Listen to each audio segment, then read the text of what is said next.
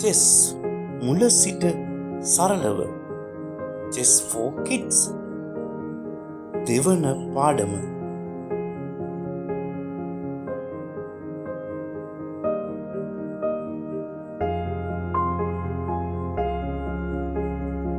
පාඩමෙන් ඉගෙන ගන්නේ center big center ගැන.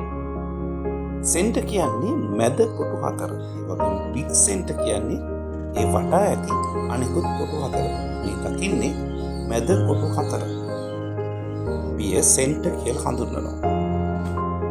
ඉන් අනතුරුව මේ තියෙන්නේ විශාල මධ්‍ය එහෙම නැත්නම් big center එක. ඉතින් මේ කොටු වලට ගත්තාම අපිට ඊටම වාසිගත තත්ත්වයක් ඇති වෙනවා. මේ දකින්නේ center එක.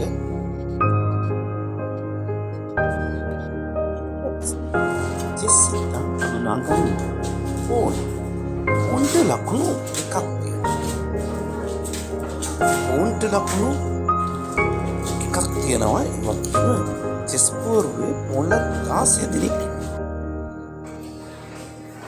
ෆෝන්ලා ගමන් කරන්නේ කෙලින් ඉදිරියට. පළමුවන අවස්ථාවේ කොටු දෙකක් යන්න පුළුවන් වුණා. ඊට පස්සේ ෆෝන් ගමන් කරන්නේ එක කොටුව ගන්න. ළඟම කොටුවේ ඉන්න ප්‍රතිවිරුද්ධ එක්තාව ඇදේට කපා දාන්න පුළුවන්. ෆෝන් ගමන් කරන්නේ කොහොමද? ෆෝන්ගෙන් ඉත්තෙක් කපන්නේ කොහොමද කියලා. මේ ඔබ දකින්නේ ෆෝන් අදින හැටි. රෑන්ක් 2 එකේ ඉන්න ෆෝන් අපි අදිනවා රෑන්ක් 4 එකට. එහෙම නැත්නම් රෑන්ක් 3 එකට. මේ වගේ කෙලින් තමයි ෆෝන් ඉස්සරහට යන්නේ. මොනම හේතුවක් නිසාවත් ෆෝන් කෙනෙකුට ඇදේට ගමන් කරන්න බෑ.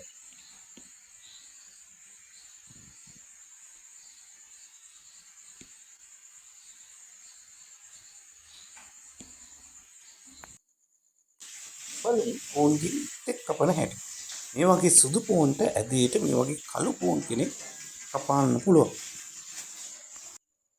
අපි ඊළඟ පාඩමින් හමු වෙමු. එන්න මේ වගේ කළු ෆෝන් අපිට මේ සුදු ෆෝන්ගෙන් ඇදේට කපන්න පුළුවන්.